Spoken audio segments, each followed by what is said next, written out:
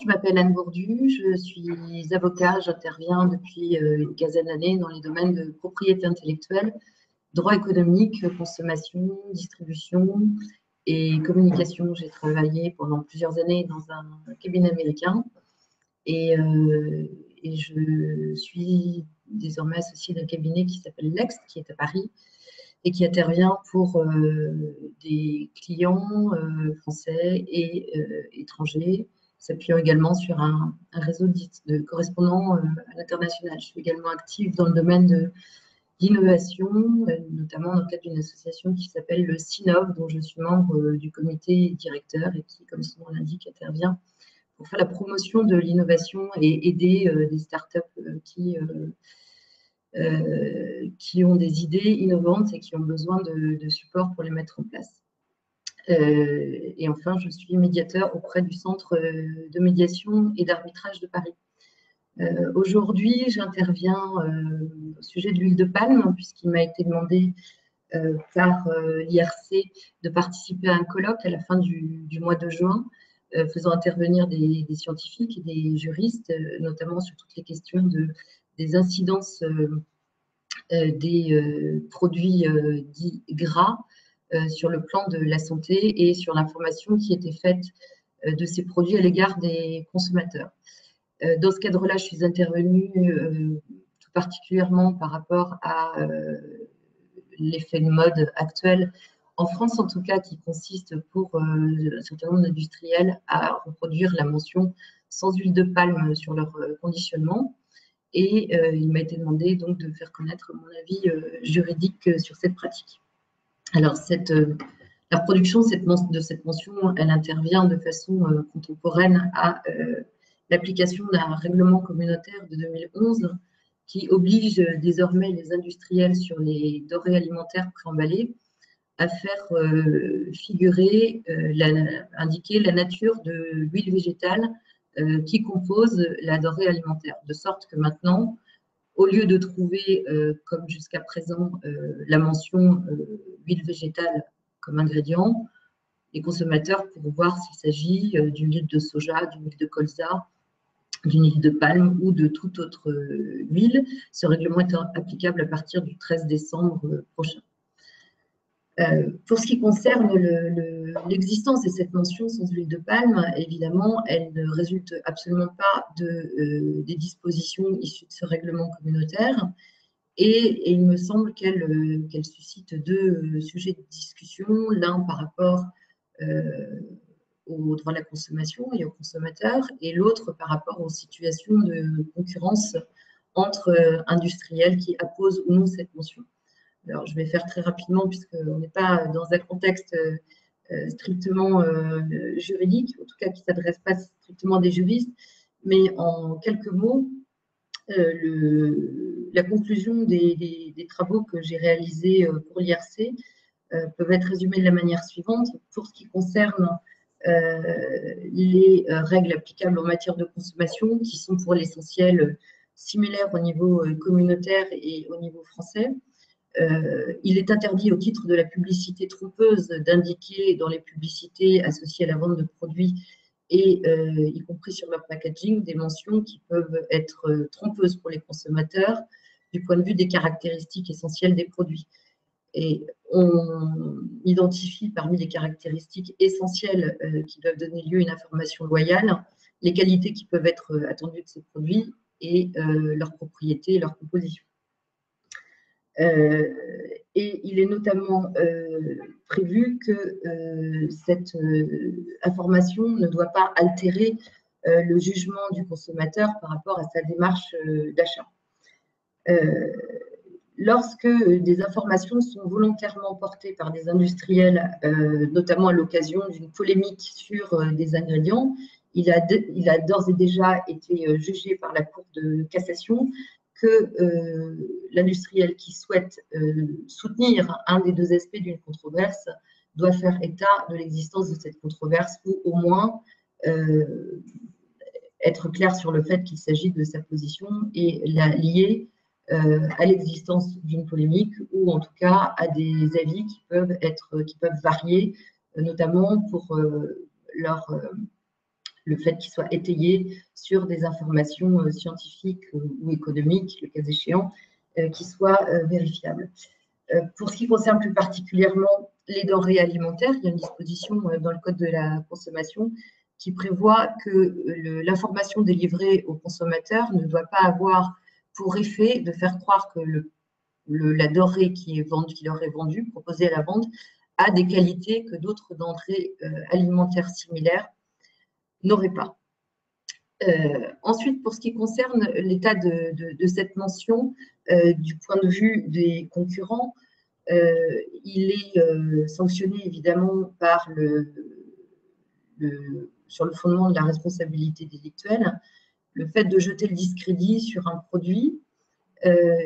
puisque ça caractérise une infraction de dénigrement, qu'on soit d'ailleurs dans une situation de concurrence ou non. Je cite pour exemple, sans rentrer dans le détail de la jurisprudence, une jurisprudence très connue qui était relative au sucre et où un annonceur a été sanctionné parce qu'il avait donné une image péjorative du sucre et que c'est ce qui lui était reproché puisqu'on ne peut pas, sans avoir une information qui soit mesurée ou vérifiable, jeter le discrédit sur un produit de manière dénigrante ou discriminatoire. Alors, la transposition par rapport à la reproduction sans huile de palme, c'est que déjà en premier lieu, le règlement communautaire ne réserve pas de traitement particulier pour l'huile de palme. Donc, il n'y a pas lieu de l'identifier différemment des autres végétales dans le cadre de l'étiquetage alimentaire. Et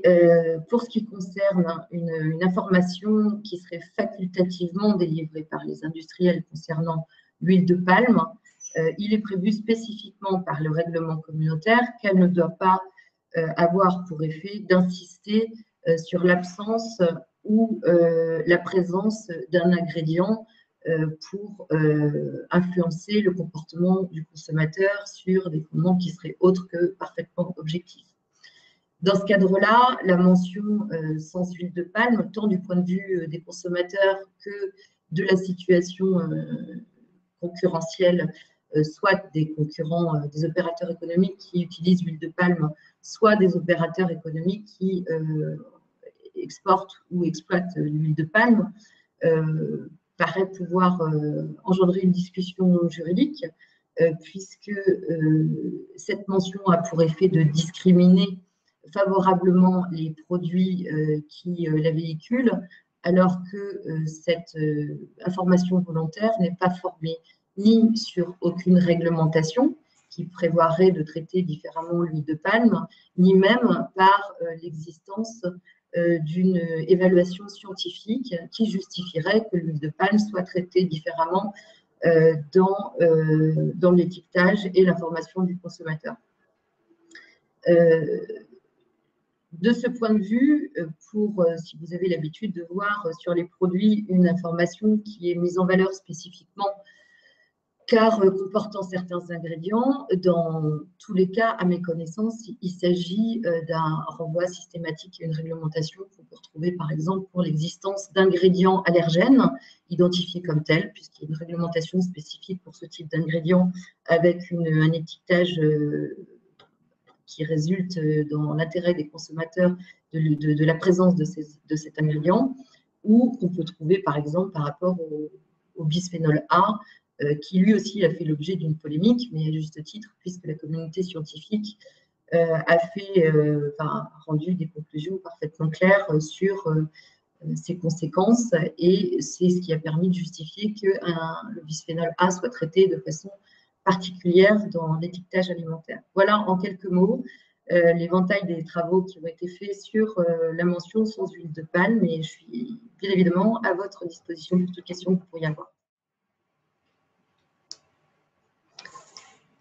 Pour favoriser vos questions, je vous rappelle que vous avez la possibilité d'utiliser Twitter et peut-être pour vous encourager sur les thèmes de questions, notamment par rapport à celles qui ont pu être posées au colloque qui s'est tenu à Bruxelles à la fin du mois de juin dernier. Peut-être vous interroger sur, je ne sais pas, les limites, si ces sujets vous concernent, qui sont souhaitables, non souhaitables et qui existent du point de vue de l'information du consommateur et de son intérêt à avoir connaissance de la présence d'huile de palme dans les produits, ou sur toutes les démarches que pourraient avoir les industriels de communiquer sur leur position pour ou contre l'huile de palme, et sur la conformité de ces comportements au regard du droit communautaire et du droit français. Ça peut vous donner des pistes d'interrogation. Je suis évidemment à votre disposition. Je vous remercie de votre attention.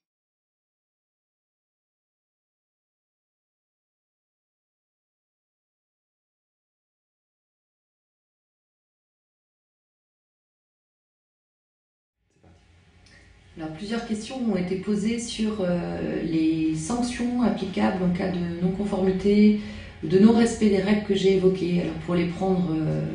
dans les grandes lignes les unes après les autres, évidemment, les sanctions de non-respect des termes du règlement évoqué, qui prévoit d'identifier l'huile végétale qui compose une denrée alimentaire préemballée, équivalent à une sanction de non-conformité de l'étiquetage alimentaire conformément à l'État membre dans lequel ce manquement est identifié. Pour ce qui concerne l'usage d'une communication qui serait non conforme à l'intérêt du consommateur ou des concurrents, les fondements sont différents. Si une mention sans huile de palme ou la communication associée à l'absence d'huile de palme, si elle est considérée comme étant un manquement aux pratiques telles qu'elles sont autorisées par le règlement communautaire, ou une pratique déloyale au sens du Code de la consommation du point de vue de l'information des consommateurs, et qu'elles peuvent à ce titre être caractériser une publicité trompeuse. Donc, si un juge considérait qu'il s'agit d'une publicité trompeuse, le Code de la consommation prévoit une sanction qui est augmentée par la loi Hamon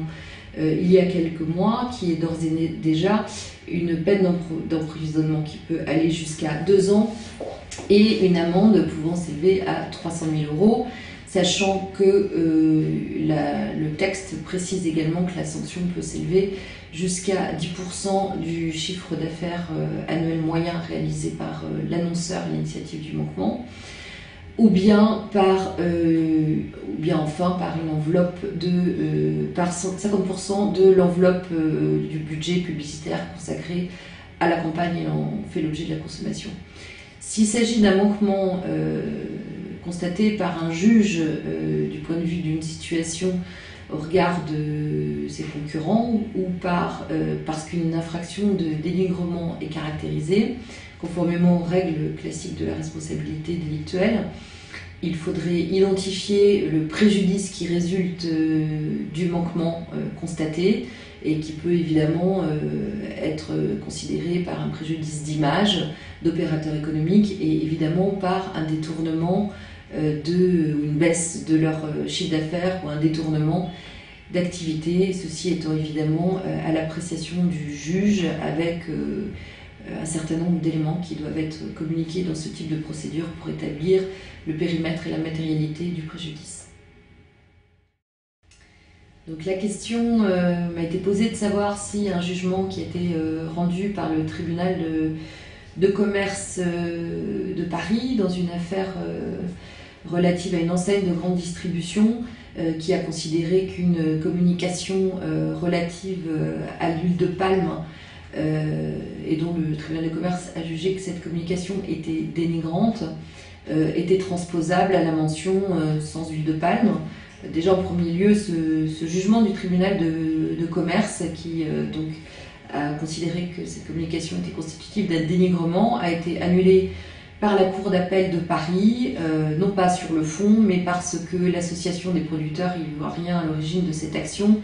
a été jugée dépourvue d'intérêt à agir au moment de l'assignation, de sorte que l'ensemble de la procédure, pour des raisons techniques, a été annulé. Sur le fond, le raisonnement retenu par le tribunal de commerce est assez fidèle aux règles applicables en matière de responsabilité délictuelle et de dénigrement. Pour ce qui concerne plus particulièrement l'huile de palme, il ne peut pas être transposé tel quel à la reproduction de la mention sans huile de palme, puisque le raisonnement qui a été adopté par le tribunal de commerce était très liée au fait de l'espèce et aux éléments caractéristiques de cette communication, qui allait au-delà d'une mention sur un conditionnement. Et donc il ne peut pas être exploité au-delà de la communication qu'il a sanctionnée avant l'arrêt d'annulation de la Cour. Donc une autre question m'a été posée sur la possibilité pour les industriels de communiquer, en tout cas de se prévaloir du fait qu'ils souhaitaient renoncer ou utiliser moins d'huile de palme ou reproduire la mention sans huile de palme au motif que des conséquences de l'utilisation de l'huile de palme sur l'environnement auraient été démontrées. Donc moi j'interviens, je suis intervenue en ma qualité d'avocat et donc de juriste et non pas, donc je ne suis pas là pour évaluer les conséquences de la culture de l'huile de palme sur l'environnement. Évidemment, comme toute culture, elle a des conséquences sur l'environnement. Des informations auxquelles j'ai pu avoir accès, c'est peut-être pas, semble-t-il, l'huile végétale qui a le plus de conséquences sur l'environnement, en tout cas en termes de nombre d'hectares utilisés par rapport au rendement obtenu de cette culture. Ceci étant, on peut très bien imaginer que des industriels puissent communiquer sur leurs positions au regard des conditions environnementales de l'huile de palme. Mais évidemment, cette communication doit se faire pour les raisons précédemment évoquées dans des circonstances qui sont objectives et qui laissent accès aux consommateurs, au grand public, aux informations qui sont équilibrées, à savoir quels sont les éléments de cette polémique et qui ne donnent pas au grand public pour seule information l'état de leur parti pris, en particulier si c'est pour avoir, dans le cadre de leur communication ou sur le conditionnement des produits, recherché à stigmatiser un produit sans donner aux consommateurs l'ensemble des informations objectives et vérifiables leur permettant de se faire leur propre opinion.